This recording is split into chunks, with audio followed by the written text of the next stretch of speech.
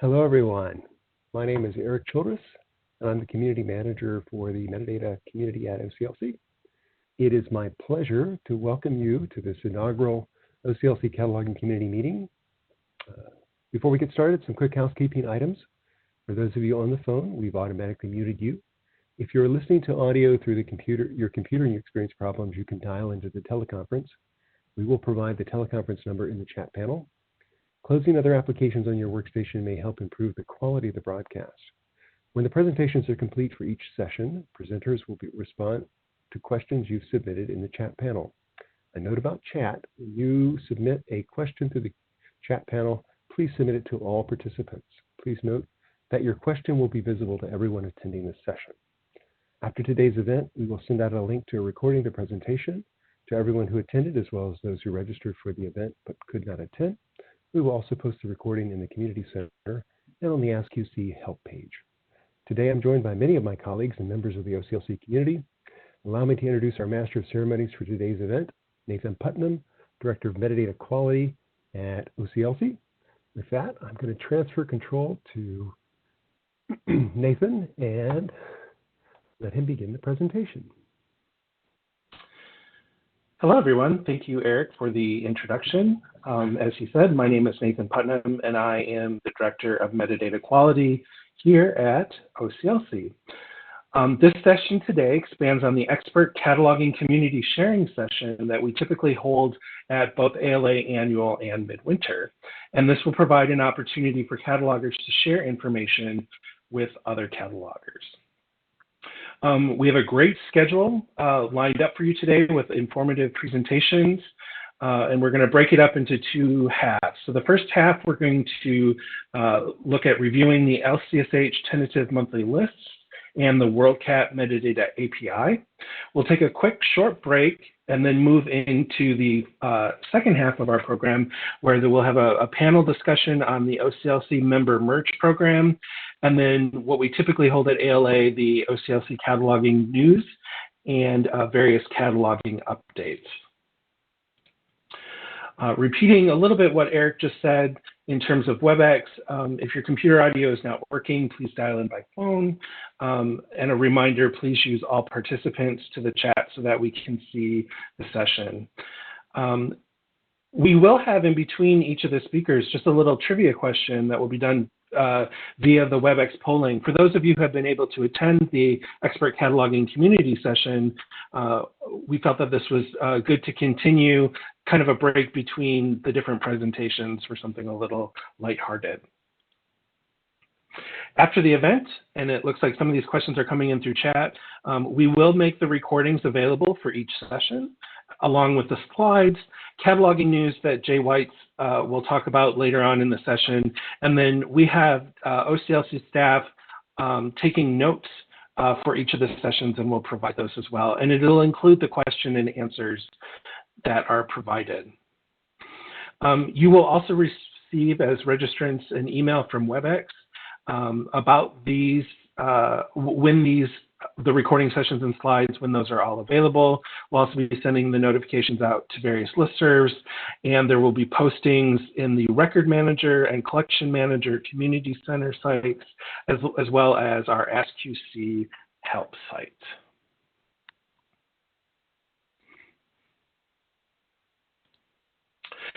And with that, I don't want to be in the way of our great topics today, and so we're going to get right started. And I'm going to introduce Charlene Morrison, who is going to introduce the speakers for the first session.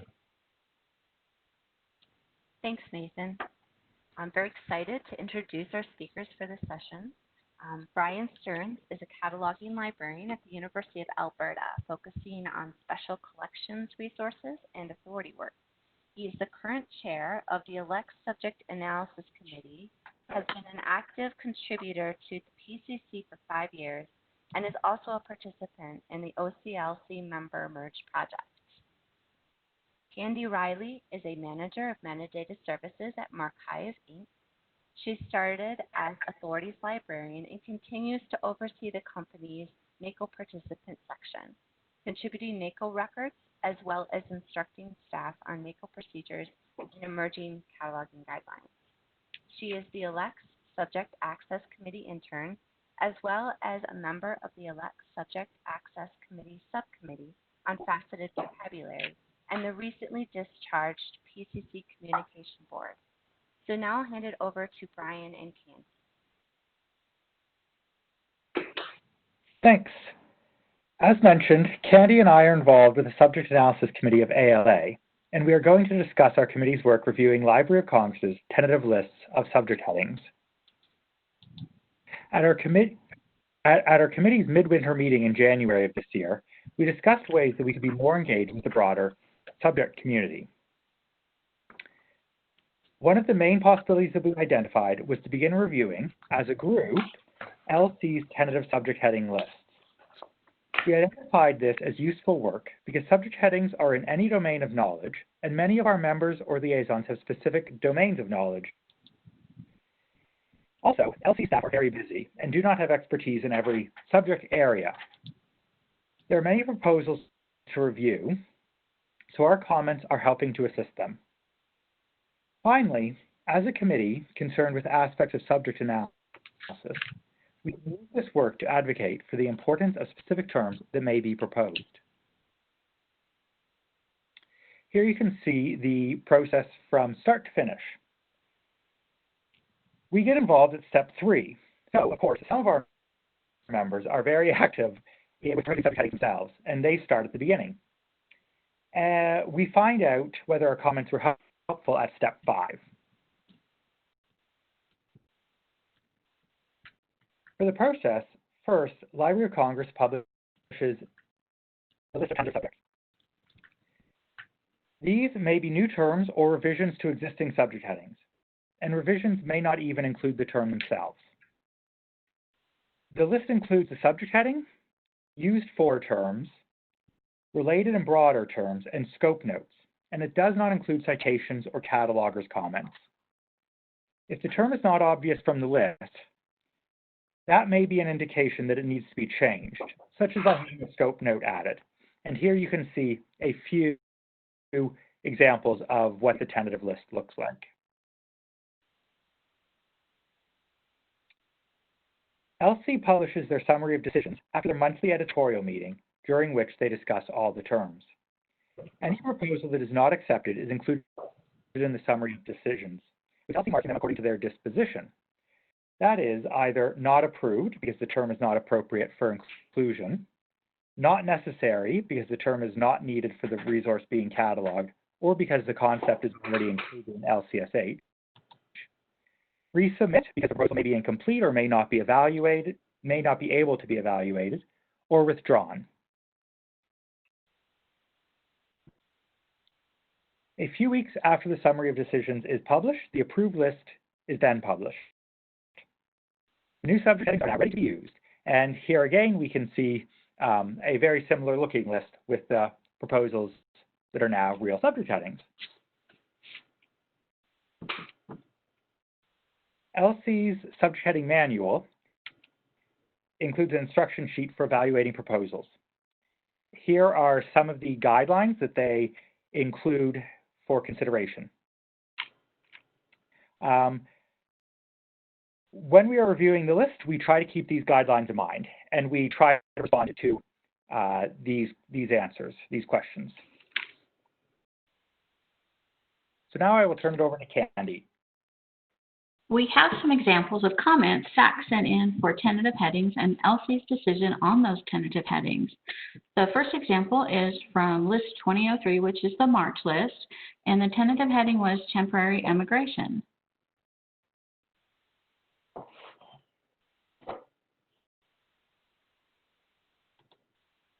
We commented, should this be added as a broader term to foreign workers?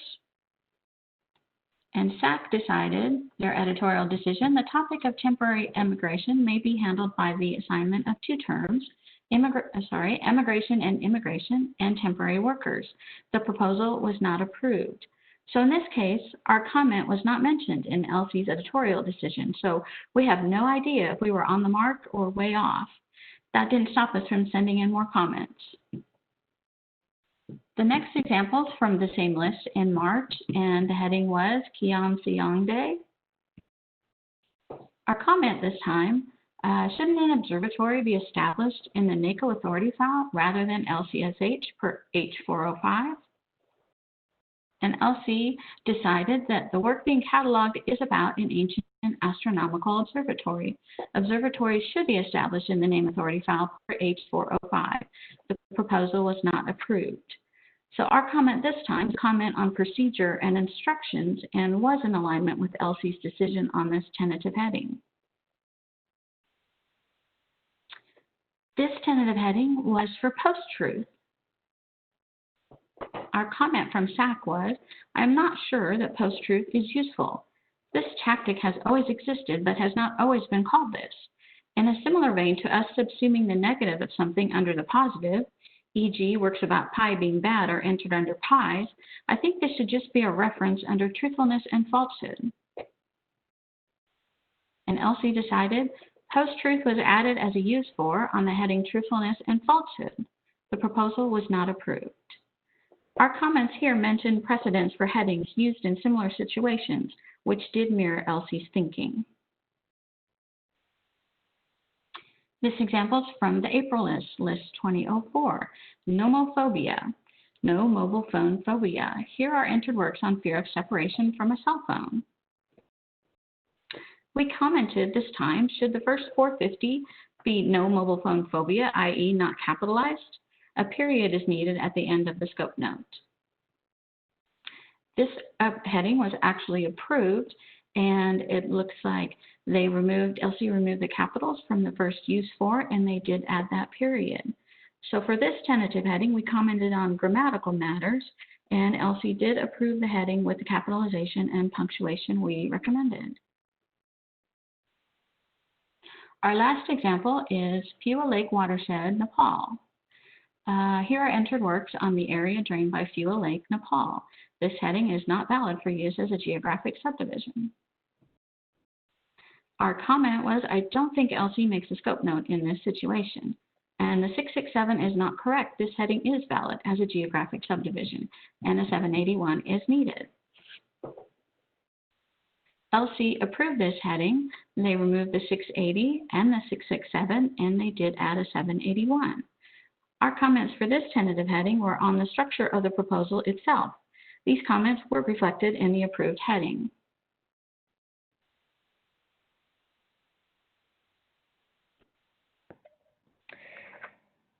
So far, we've learned a few things.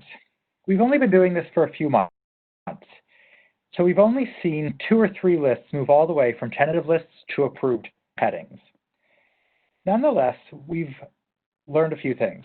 LC does not provide feedback on the comments that are submitted or even acknowledge their receipt. That can be frustrating to not know that they are considering your comments.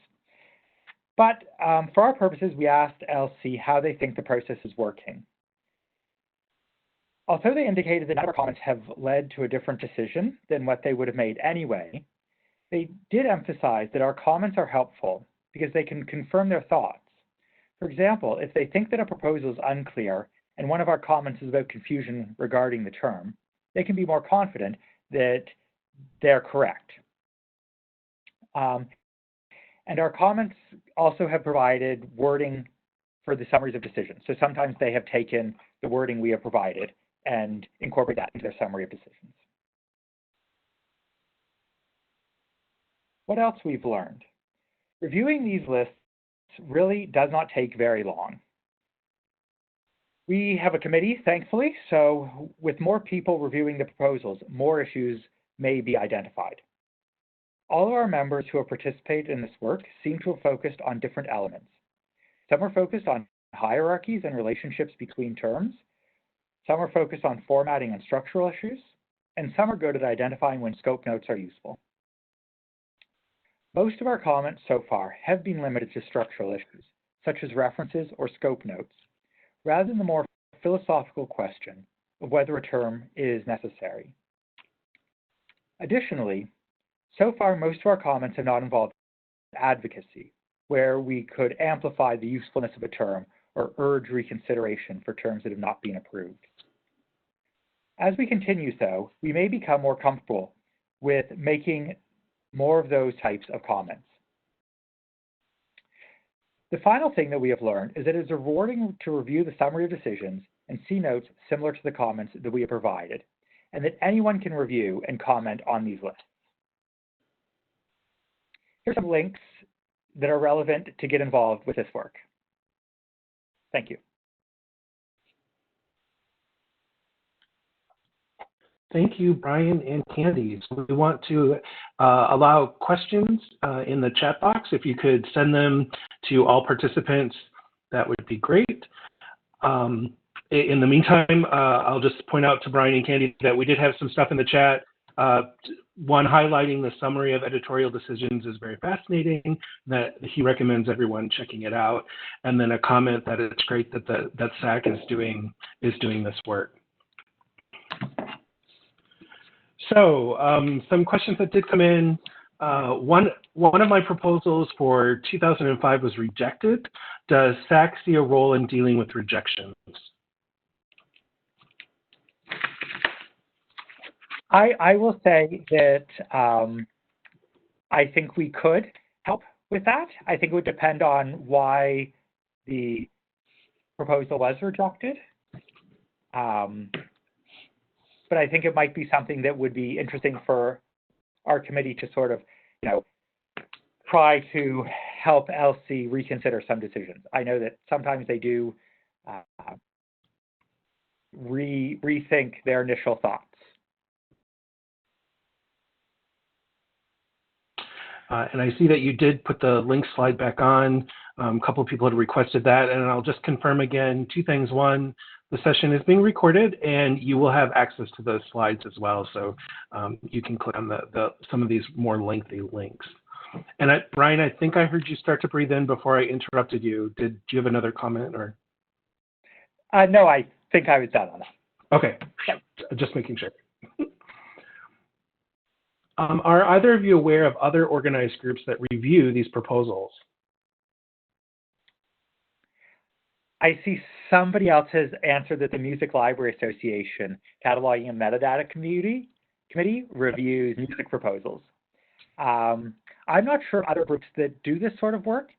Our LC liaison did encourage us in this work when we identified this as a possible thing we could work on.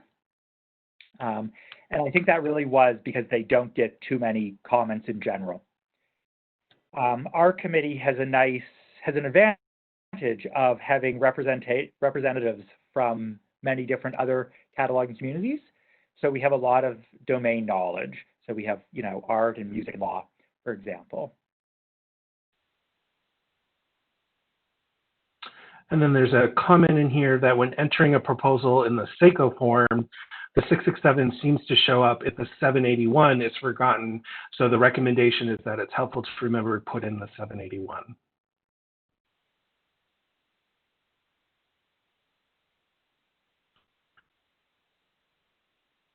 So should we work through the SACO funnels to be more effective?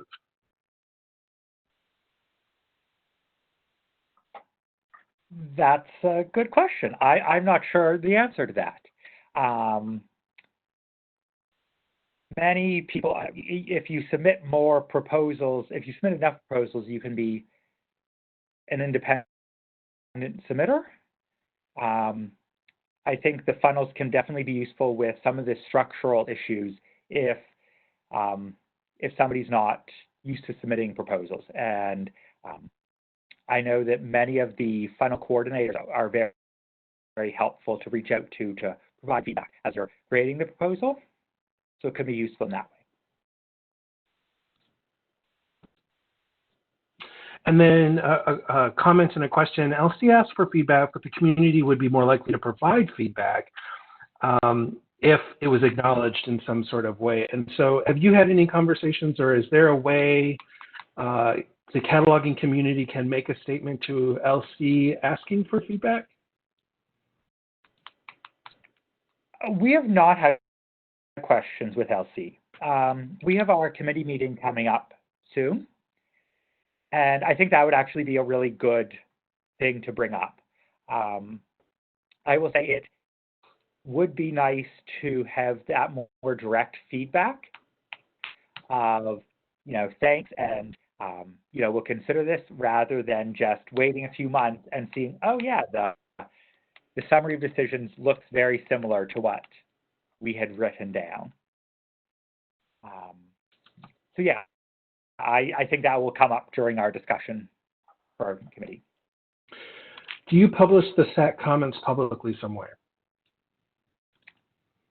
We don't. We share them just on our,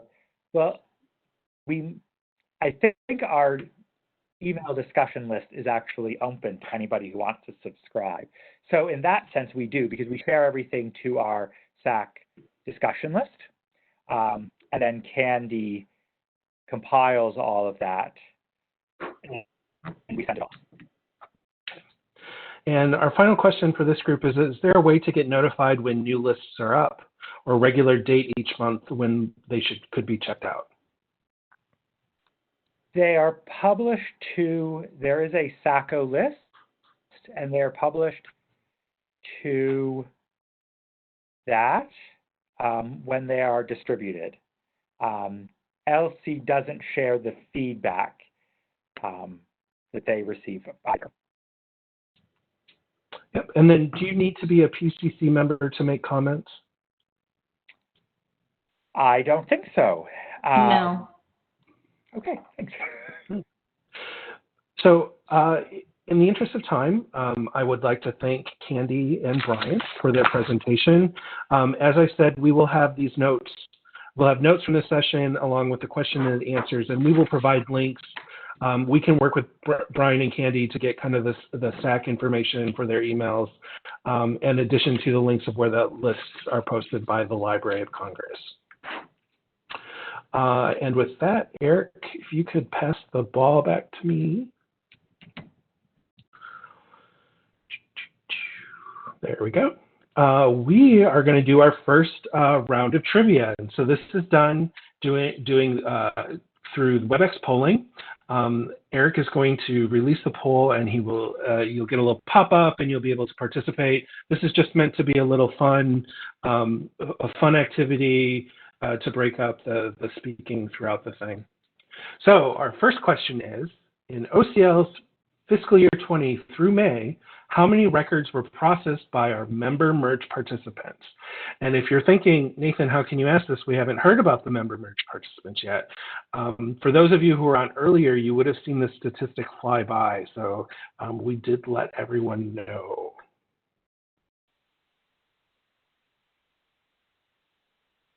I should have, you don't want to hear me sing, but I should have come up with a little tune to play while we're waiting for people to go in.